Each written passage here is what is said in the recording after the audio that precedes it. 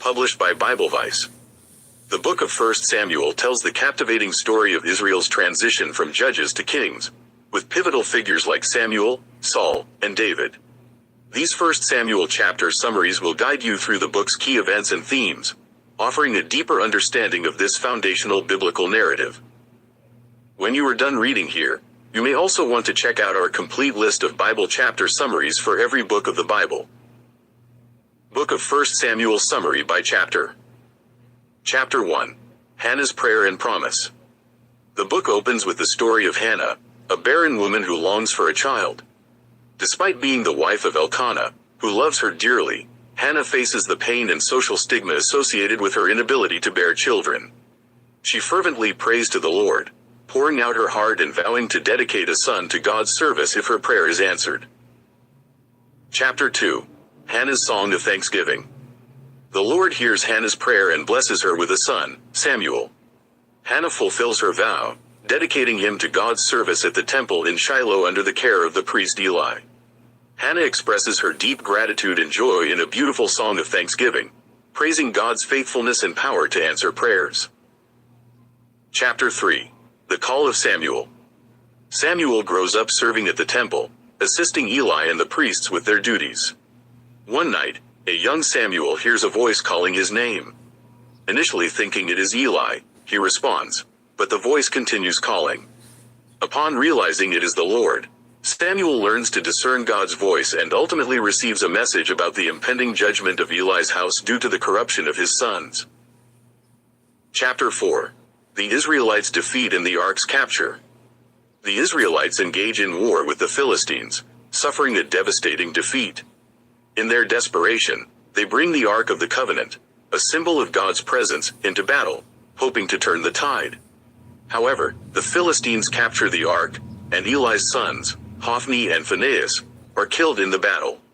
Upon hearing the news of the Ark's capture and his sons' deaths, Eli falls from his chair and dies. Chapter 5. The Ark in Philistia. The Philistines take the captured Ark to their territory, hoping to gain an advantage over the Israelites. However, they experience a series of plagues and misfortunes, leading them to believe the Ark is cursed. They move the Ark from one city to another, but the plagues continue, prompting them to seek ways to appease the God of the Israelites. Chapter 6. The Ark's Return. After 7 months, the Philistines decide to return the Ark to the Israelites. They construct a cart, place the Ark on it, and let 2 lactating cows guide the cart. The cows lead them directly to Beth Shemesh, an Israelite town. The Ark's return brings both joy and tragedy, as some Israelites gaze upon the Ark irreverently, resulting in their deaths. Chapter 7.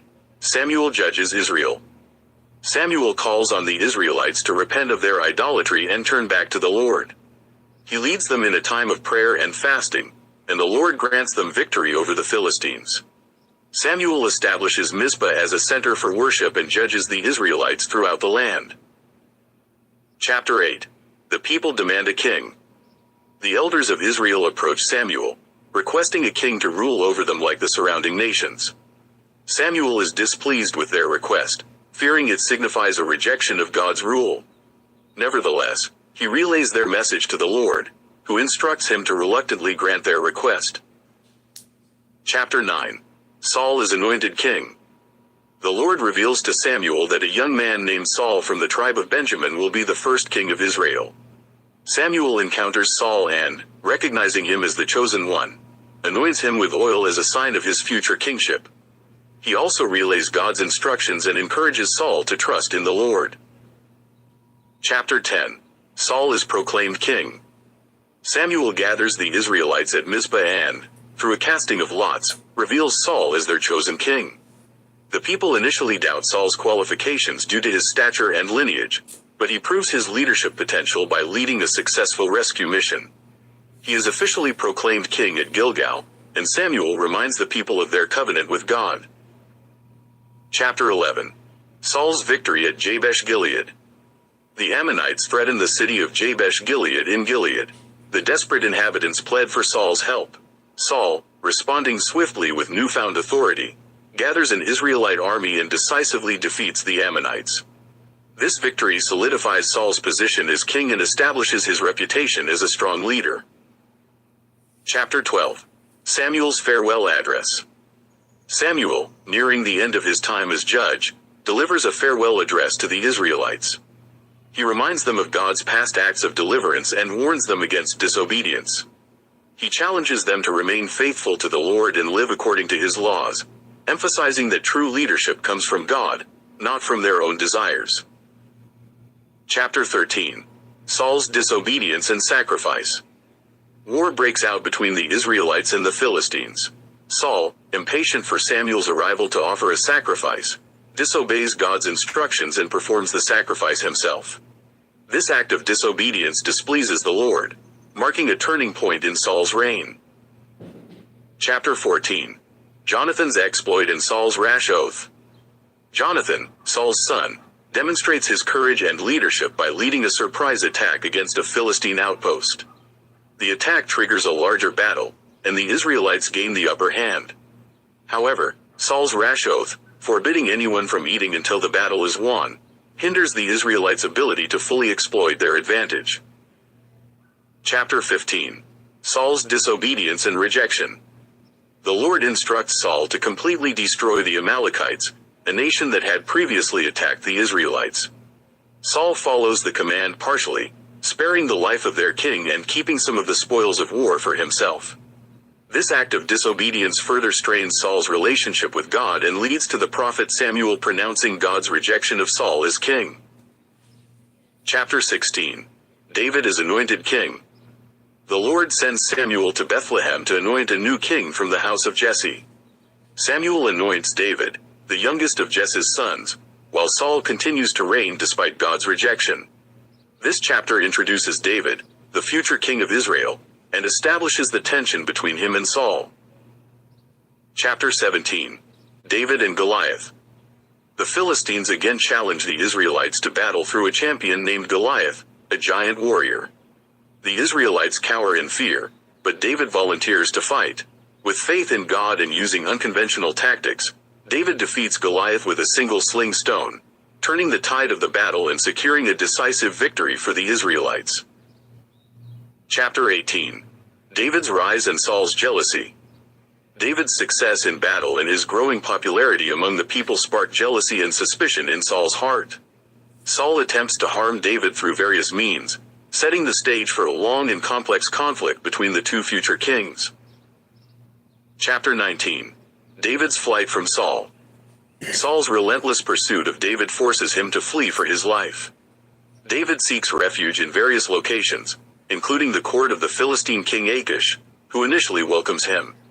This chapter details David's multiple escapes from Saul's attempts to capture him, showcasing his resourcefulness and resilience.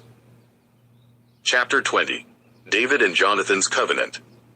David and Jonathan, Saul's son, form a deep friendship based on mutual respect and loyalty. They make a covenant, pledging their commitment to each other despite the conflict between David and Saul.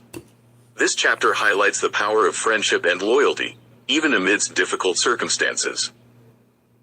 Chapter 21. David at Nob and Gath. Seeking provisions and protection, David and his men arrive at Nob, a town where the tabernacle is located. The priest Ahimelech, unaware of the full story between David and Saul, provides David with consecrated bread and the sword of Goliath. This act of kindness later has consequences for Ahimelech. David then continues his journey to Gath, the Philistine city ruled by King Achish. To avoid detection, David feigns madness, deceiving the Philistines and securing temporary refuge with them, unaware of the dangers that lie ahead. Chapter 22. David at Adullam and Mizpah. David gathers a band of outcasts and warriors who have become disillusioned with Saul's reign. He finds refuge in the cave of Adullam, attracting more followers and demonstrating his leadership qualities. Meanwhile, Saul, fueled by paranoia and distrust, orders the massacre of the priests at Nob, holding them responsible for aiding David. Chapter 23. David saves Keilah and seeks refuge in the wilderness. David receives news that the Philistines are threatening the city of Keilah. Despite warnings of potential danger, David, driven by compassion, leads his men to defend the city and successfully repels the Philistine attack. However, upon learning of Saul's plan to attack Keilah, David realizes his presence puts the innocent townspeople at risk.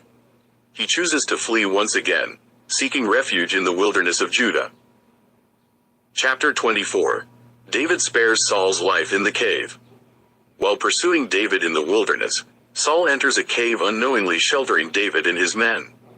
David has the opportunity to kill Saul and claim the throne, but he chooses to spare Saul's life, demonstrating his respect for authority and his reluctance to act against the Lord's anointed king. Chapter 25. David and Abigail. Nabal, a wealthy landowner, refuses to provide David and his men with provisions. Abigail, Nabal's wise and courageous wife, recognizes the potential danger and takes it upon herself to deliver supplies to David. She apologizes for her husband's actions and appeals to David's mercy, preventing him from taking revenge on Nabal. Shortly after, Nabal dies, and Abigail becomes David's wife, further solidifying his position and broadening his alliances. Chapter 26. David spares Saul's life again. David learns that Saul is encamped in the wilderness with his army.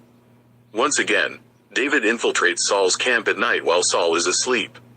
He has the opportunity to kill Saul, but instead, takes Saul's spear and water jug, leaving Saul unharmed. David uses this incident to confront Saul with his relentless pursuit, appealing to his reason and reminding him of the Lord's protection. Chapter 27. David seeks refuge with the Philistines. Feeling discouraged and facing continued pressure from Saul, David makes the difficult decision to seek refuge with Achish, the Philistine king of Gath. Achish assigns David and his men to the city of Ziklag, hoping to exploit David's desperation and potentially turn him against Saul. This chapter marks a critical point in David's journey, as he navigates the complexities of political alliances and the ethical dilemmas associated with seeking help from his enemies. Chapter 28. Saul seeks a medium. Desperate for guidance and facing imminent war with the Philistines, Saul disobeys God's command and consults a medium at Endor. The medium summons the spirit of the prophet Samuel, who delivers a harsh message to Saul, foretelling his defeat and death. This episode highlights Saul's desperation and growing distance from God, leading to his tragic downfall. Chapter 29. The Philistines reject David. The Philistine leaders are suspicious of David's loyalty and refuse to allow him to join their army in the upcoming battle against Israel. This provides David with a way out of a difficult situation, as he avoids the possibility of fighting against his own people. Chapter 30. Ziklag is plundered and David takes revenge. While David and his men are away with the Philistine army, the Amalekites raid the city of Ziklag, taking captive the women and children, including David's wives. David seeks guidance from the Lord and, empowered by his word, pursues the Amalekites. He recovers his family and all the plunder, demonstrating his leadership and military prowess. Chapter 31. The death of Saul and his sons. The chapter opens with the Israelites facing the Philistines in battle on Mount Gilboa. The tide of the battle turns against the Israelites, and many fall, including Saul's sons, Jonathan, Abinadab, and Malchishua. The Philistines pursue Saul relentlessly, wounding him with arrows. Facing certain defeat and capture, Saul refuses to be taken alive by the Philistines. He urges his armor-bearer to kill him, but the armor-bearer is afraid. In a desperate act, Saul falls on his own sword, taking his own life. The Philistines find Saul and his sons dead on the battlefield and display their bodies as a symbol of their victory. The inhabitants of Jabesh Gilead, a city Saul had previously saved from the Ammonites, hear about his death and the desecration of his body. They send a group of courageous men to retrieve the bodies of Saul and his sons and give them a proper burial. The chapter concludes by mentioning that the inhabitants of Jabesh Gilead fasted for 7 days, signifying their mourning and respect for Saul despite his flaws and failures as king. This final chapter marks the end of Saul's reign and sets the stage for the rise of David as the next king of Israel. It also highlights the complexities of leadership, the consequences of disobedience, and the importance of loyalty and compassion even amidst conflict.